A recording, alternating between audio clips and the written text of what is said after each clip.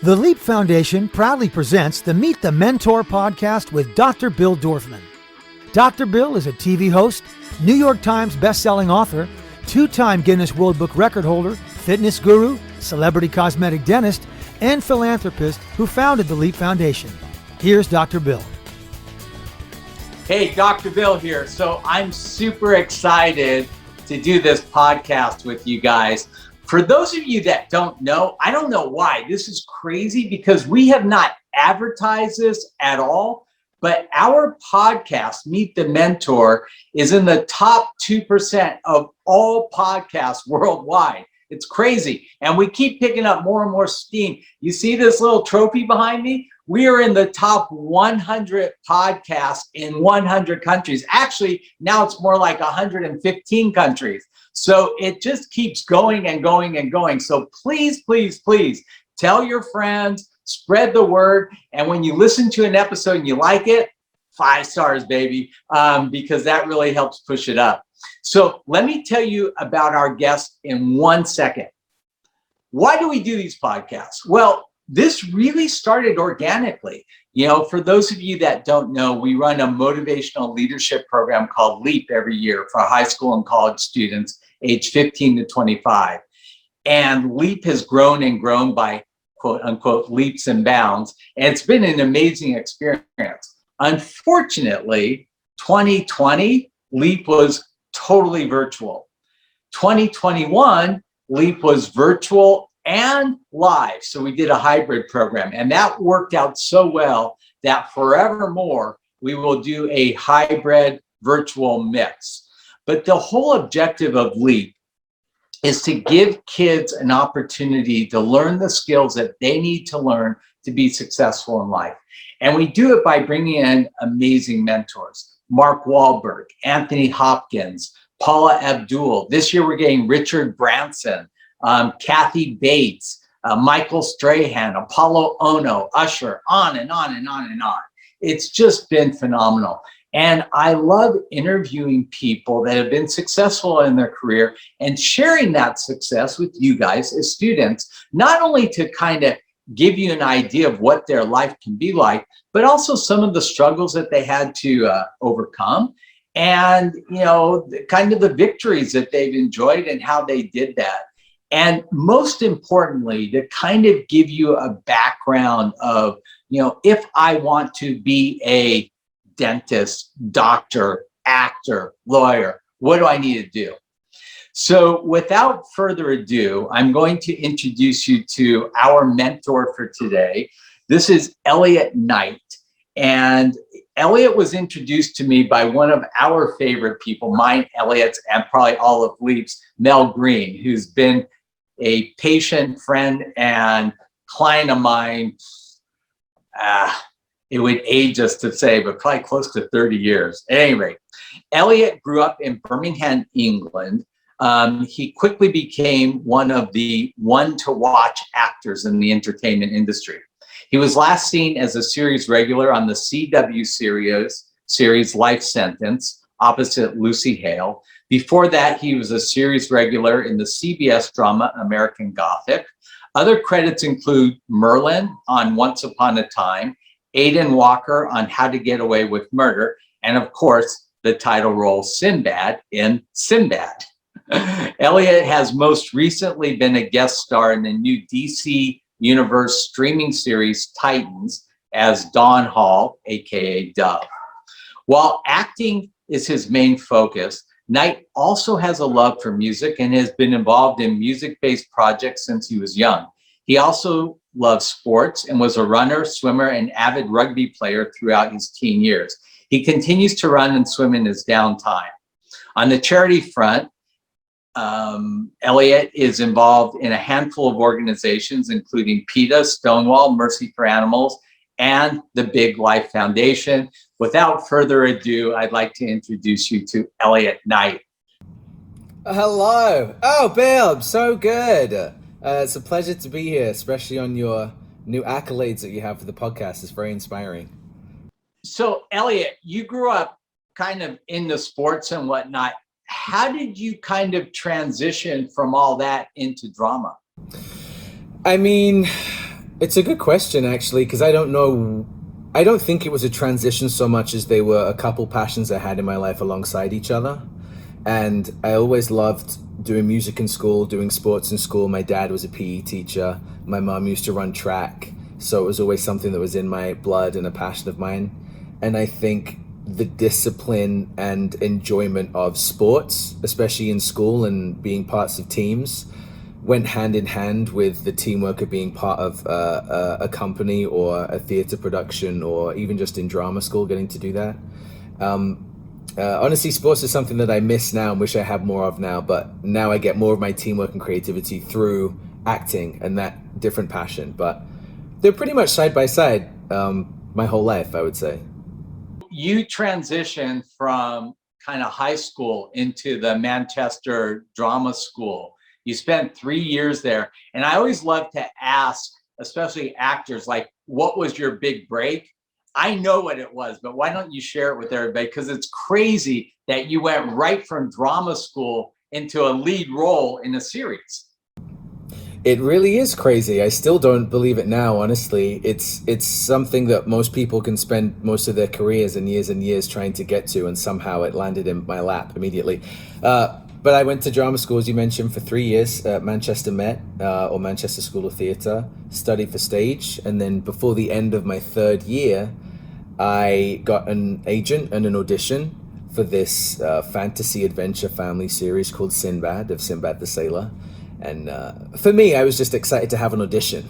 Thought, wow, if this is a sign of the kinds of things I could be auditioning for after I leave drama school, that's amazing. I'd love to have a representative who sees me in these lead roles and as a hero, and I could do something substantial like that.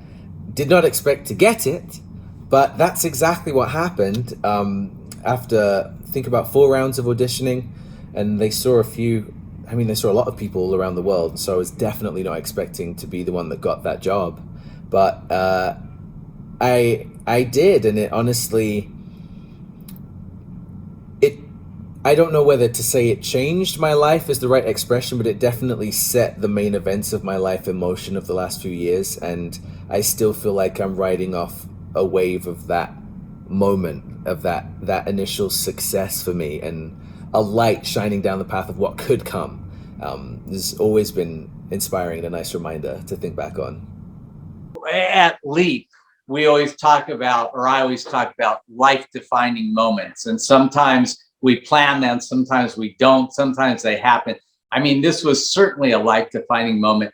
And I love the fact that they typecast you, because you are exactly what Sinbad should be, right?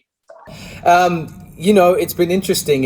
While it was one of the most enjoyable experiences I've had, it's definitely will always be one of the most eye-opening for me, to get dropped into this incredible job and opportunity and get to learn so much, not just the technical aspects of how, the screen, TV, and film acting works, but also how entertainment works and how Hollywood works. And, as someone of quote unquote diverse identity, opportunities like that to be the hero of something or the lead of something, or not suffer under stereotyping, is hard to come by. It's difficult to find. The crazy thing is, and this is something you shared with me when we spoke earlier, is that, as an actor, you need a stunt double. So tell us about your stunt double, because I think that's just hilarious.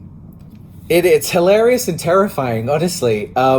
I had a stunt double who's an incredible performer, a wonderful guy too, and still a friend of mine today. But yeah, he's a white man. I'm clearly am not, but he was, used as my double, and there was a lot of action in the show. So every episode, there's many shots of, this performer. But the upsetting thing was, every day, I did this job for like 9 months, and pretty much every day in the makeup trailer, I come to work, get ready to do whatever the scenes were that day, and James would come in and be sat beside me, and they would paint him brown, literally paint his skin brown with what they used for me as dirt makeup for scenes to look like I was scruffy, and they would paint him and then kind of put our arms next to each other and test and see if that they got the race right.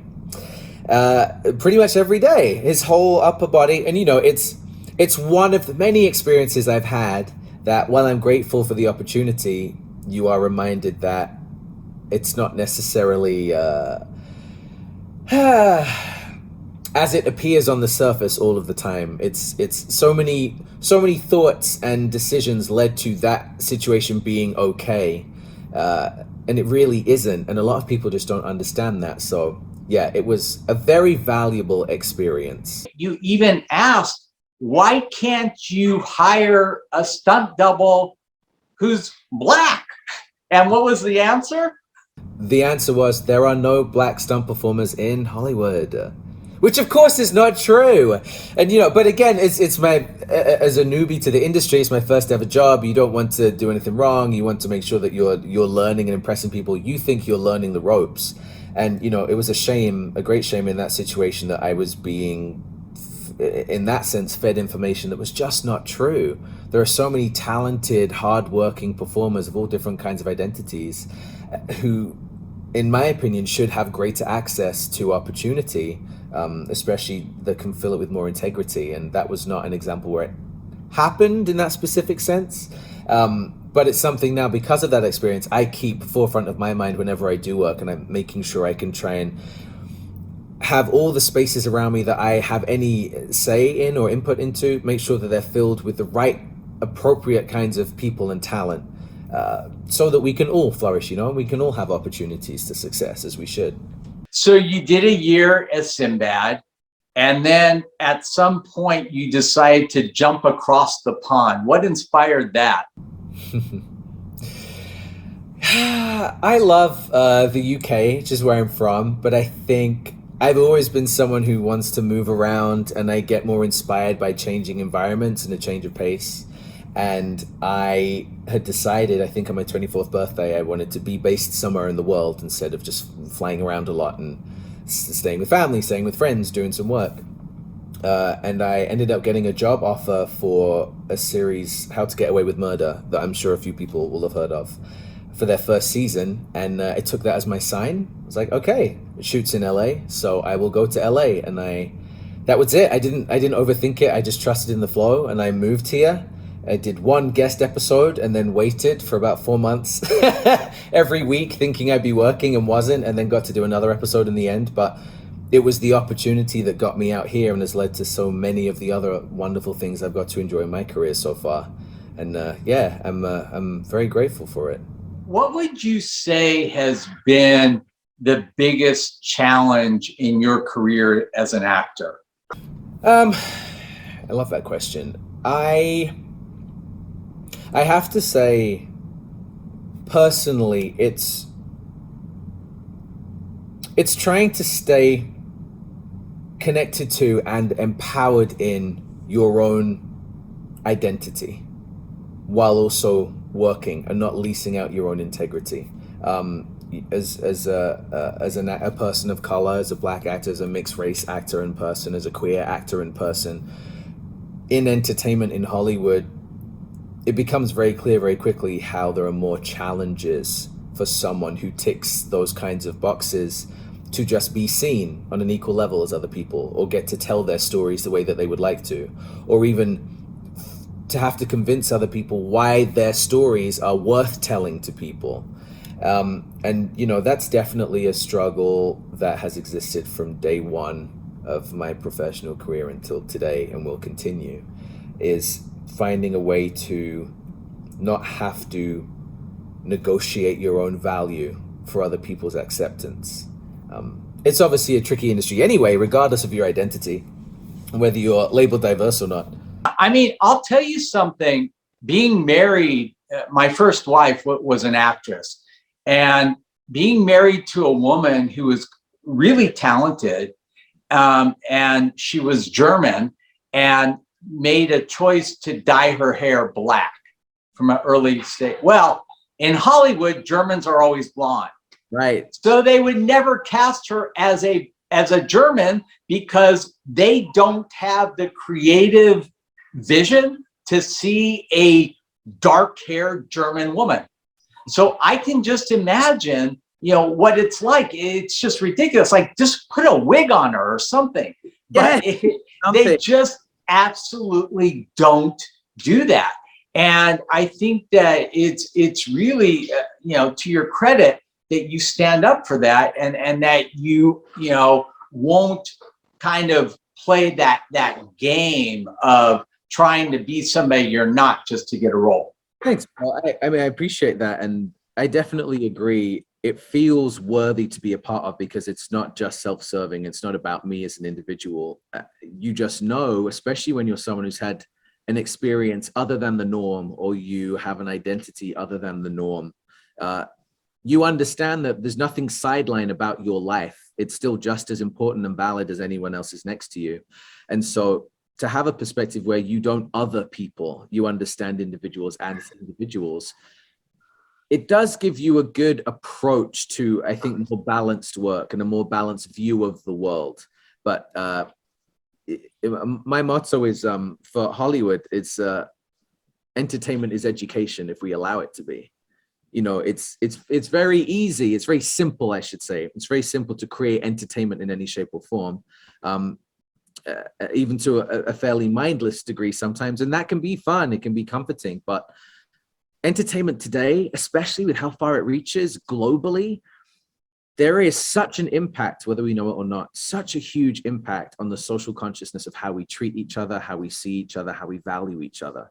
And that is fed by things that you wouldn't think of, like how characters are portrayed in your favorite TV show or whatever your favorite Netflix binge show is to watch or movie is to watch. How the characters are portrayed, how they're written for, how they're cast, how they look, who's writing for them, who's making the decisions for what their life looks like, their family looks like. They all seem like small decisions within Hollywood, but within the scope of the impact it can have, it's so much bigger and more important that we focus on allowing integrity into these spaces. If there is a Black stunt performer who can double for a Black actor, open the door for that person because it's full of integrity. It doesn't mean somebody else couldn't do the job, but it's about how appropriate is it? How much ability is there to really fulfill a space with something substantial and meaningful that's going to have important ripples rather than just a few shapes and colors on a TV screen. It can be fun, but it's not my. No. I hear you. My dear friend and patient Mariah Carey did a Christmas special last year, right. And I was shocked. Did you know that all of the elves in the North Pole are Black? What? In her series, they are. No way. I love it. Yeah, Mariah did her show, and so she did just what you're saying. She's like, screw it, I'm in charge. Yeah. Every single elf was Black. And it was unbelievable. She did just what she wanted to do, and I loved it. And it's an opportunity to showcase something more than one single stereotype or idea. Absolutely. Absolutely. I think absolutely we never have more spaces to show variety than we do right now, especially with streaming services. And there's such a wealth of content. But, I think there's definitely a strong argument to be made that if we keep filling an ever-increasing space with the same ingredients all the time because it's a working recipe, we're not actually going to grow anything that we're doing. We're just going to keep repeating and copying, and it becomes dull if it's not already dull to already. There's so many more spices to life and flavor to life than just a recipe that worked once. I think I'd like to encourage Hollywood to experiment some more and maybe let some other people experiment too. Let some other cooks in the kitchen for a second. So I have a question. If you could wave a magic wand and have like the role of your lifetime, what would that look like? Well, I know exactly what it would be, and I don't want to jinx it just in case. You're not jinxing it, you're blessing it. Oh, well, that sounds nicer. Well, I'll say it like this. When I grew up with my dad, we loved the James Bond movies. We watched all of them. He would record them on VHS off the TV, have all the little ad breaks. It was cute. And I loved doing that with him. It was my first example of a hero, someone charismatic, someone who's doing good, just not a stereotype of someone necessarily, someone who can have charm and personality to them and doesn't just have to be this rugged, insensitive brute, just like forcing their way through situations in life. And so that, the franchise Bond has always been a huge inspiration point for me whenever I think about the kind of hero or character I have the opportunity not just to embody and present myself as, but to represent a whole community of people who might identify to someone like me. Because when I grew up, I didn't have a role model as such as an actor. I didn't really have anyone who I thought, oh, there's someone who's Black or mixed race like me, or gay or queer like me, who's a hero that's being celebrated. There's someone that I can actually aspire to be like or follow in their footsteps. I didn't see anyone like that. And I didn't want to be any of the other things I felt like I was being pushed into the corners of, just to be, some shady guy or a drug dealer just because of the color of my skin, or just to be completely over-sexualized, or a fear point for people because I'm queer. I want to represent something stronger and truer and more wholesome than that. And so anything that fit those categories, I'm here for. If it was James Bond, would I be mad about it? No. But also, I'm going to be happy with whatever opportunities I have to try and fulfill that space for myself and for other people. Well, you know what? I think we need to share this with Mel. Because if anybody can make your James Bond dream come true, it's Mel. It's true. She's the queen of dreams. She is. She's probably on it right now. This thing will type right now, going for it. Oh my gosh, that would be amazing. Amazing. So let me ask you this. If I'm a student, watching this or listening to this podcast, and acting is my real passion, what should I be doing to prepare myself best for success in that profession? Well, I would say, and people might obviously say different things. I went to drama school, and for me, the great value of drama school was getting an agent at the end, because the agent was the gateway into the industry. Of course, the training is valuable too, but I wouldn't say that it's necessarily for everybody. Especially, in the UK, drama school is a lot more catered for stage discipline, and if you want to be doing TV and film, it might not be the most valuable place to go. But I would say, whether you train or not, whether you go to classes or not, if you can afford to or not, I definitely advocate for people just doing their own work and staying connected to their passion. If you can't get to an acting class or drama school or something like that, that isn't a no to your path forward. It just means that you have more work that you can do yourself. So find what it is that you love about what you want to do in acting. If you love films, if you do, what kinds of films, which actors do you like, which directors do you like?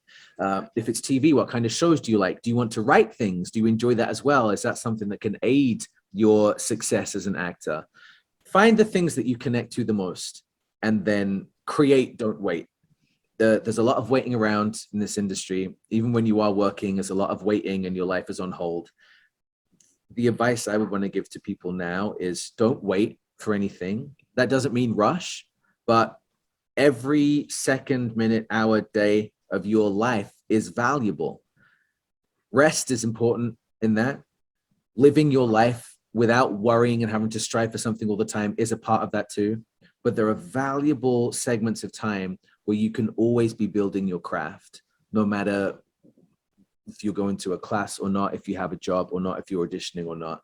You can constantly be building your well of resources that is within you as a person. So just do that. Watch things, write things, and don't wait for somebody else's yes to be your own. You don't need to do that. Always allow yourself permission to create and not have to set standards for yourself.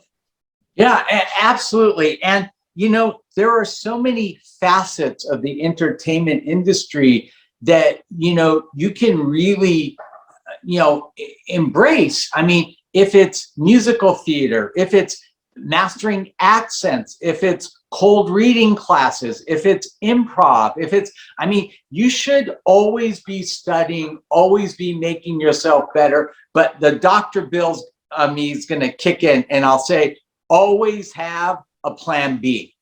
Why? And not to kill dreams. I mean, I know there's a lot of kids out there that will be superstars, but the biggest, most frustrating part, and I'm sure you'll agree with me, in the entertainment industry, and I know this from years and years of being in it and watching people in it. Let's take it, for example, Anthony Hopkins, who hates to be called Anthony. You have to call him Tony. You know, Tony comes in and I'm like, Tony, how are you? He goes, Doc, unemployed. And I think he's joking, and he's not. He's like, look, I just finished a big job. He just got an Academy Award, another one. And he goes, and now I'm unemployed. I'm like, come on, man. Yeah, I mean, you're probably the most famous actor in the world. It's a heartbeat before you get hired. He says, no, there's no guarantees. You never know as an actor if your job, your next job is your last job. I treated Esther Williams. Esther Williams was Hollywood's, MGM's biggest star. They built an Olympic swimming pool on the lot for all of her films because she was an Olympic diver, and every film she did had a huge water sequence in it, right? And on Esther's 30th birthday, she walked into MGM headquarters thinking she was going to be getting some big birthday cake, blah, blah, blah, blah. And the entire team of executives said, Esther, congratulations on an amazing career. She said, thank you. They said, we hope you enjoy this last film. She goes, what do you mean last film? I'm your biggest star. I'm your biggest box office grossing actor in history. They said, yes, but Esther, nobody wants to see a middle-aged mermaid. You're 30 years old now. So this is your last film. And guess what? It was her last film. That was it. They took her from, they said, please, you need to retire at the height of your career. And that was it. They literally shut her down at 30 years old because she was going to be a middle-aged mermaid at 30. And that was her last film. And this is the kind of mentality that you're dealing with in Hollywood. So from Dr. Bill, I always say, have a plan B. Hopefully, you'll never need to execute it. I don't know if you know who Marsha Cross is. Marsha was one of the lead actresses on Desperate Housewives. Oh, yeah. The redhead. Okay, well, Marsha was on a very popular series called Melrose Place. And when that finished, she couldn't get work to save her life. So she went back to school and became a therapist, a psychotherapist. And just as she was about to launch her career, Mark Cherry called her in to read for Desperate Housewives. So for years, she just did not work. And then boom, along came this role. So, from Dr. Bill, I always say, have a plan B. Hopefully you won't need it. But at the end of the day, no matter how talented you are, no matter how passionate you are, no matter how whatever you are, we all need to eat, right?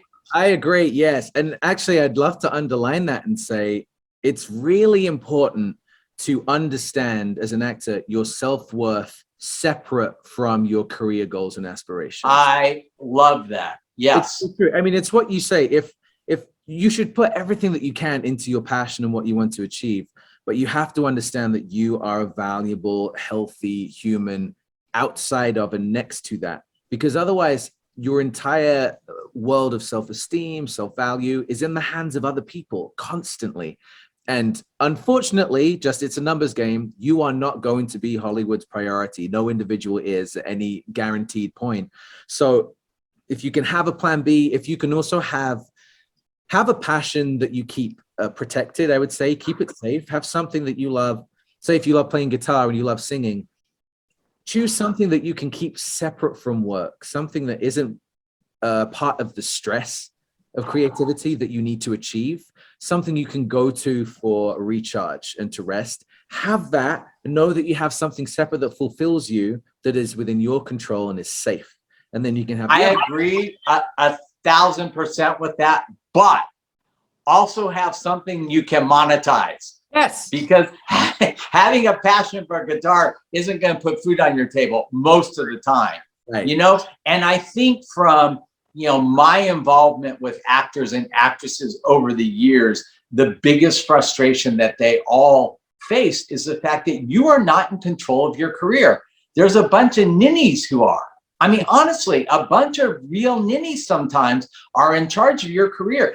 I was very fortunate. My career as an actor was as a dentist on TV shows. So whether I worked or I didn't work on reality TV, it didn't really affect my life. Right. You know, I could still feed my family. I could still, you know, but when your whole income is dependent on your acting, and you're right, it's very easy to take that rejection and kind of internalize it and feel like a failure, like you're no good because you're not getting jobs. That's horrible and painful. It is. It's unhealthy too, because it really isn't a reflection on the value that you have. And, you know, it's an exciting but often unjust industry. And you hope that always the best person, the most hardworking, most deserving person will get every job all the time. That's just, it doesn't work out that way. It can't work out that way all the time.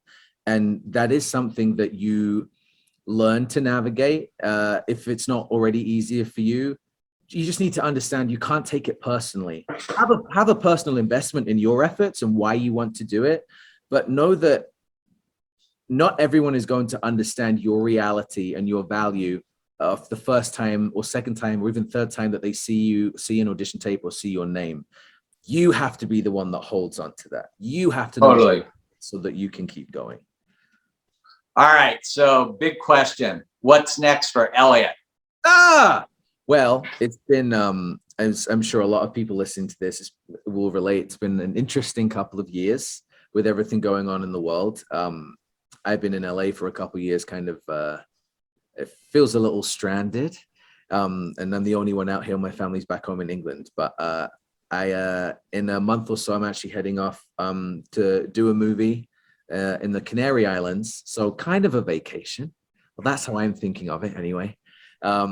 Which is really exciting. I'm going to go and do that and then go see my family for a bit and get some of that recharge time that we're talking about is so important so that I can be ready for whatever is happening next year.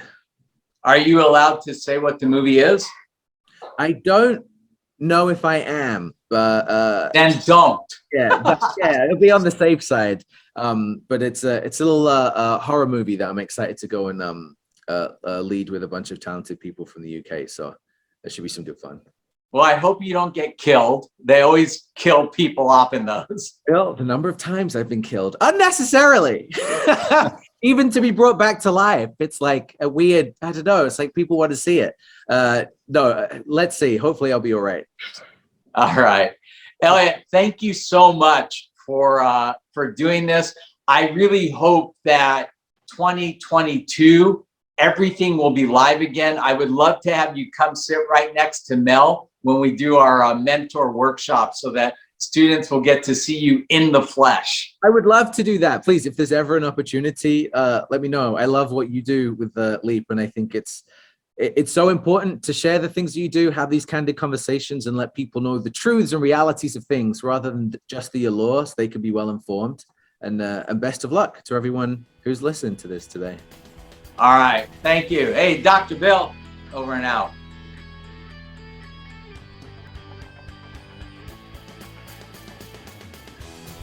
To learn more about the Leap Foundation, go to leapfoundation.com or find us on Facebook at facebook.com/Leap Foundation or on Instagram at Leap Foundation. Listen to the Meet the Mentor podcast with Dr. Bill Dorfman on Apple Podcasts, Google Podcasts, Spotify, Stitcher, or wherever you listen to your favorite podcasts.